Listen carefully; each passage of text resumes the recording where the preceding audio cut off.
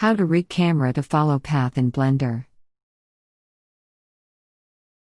Create a path for the camera.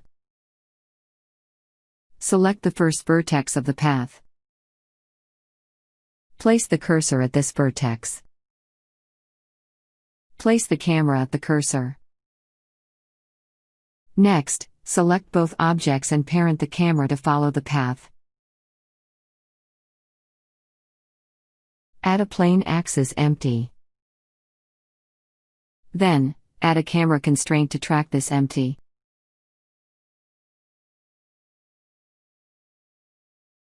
Notice here the camera isn't rotating when the object it's tracking is rotating. To fix that, make the camera tracking constraint target Z-axis as well.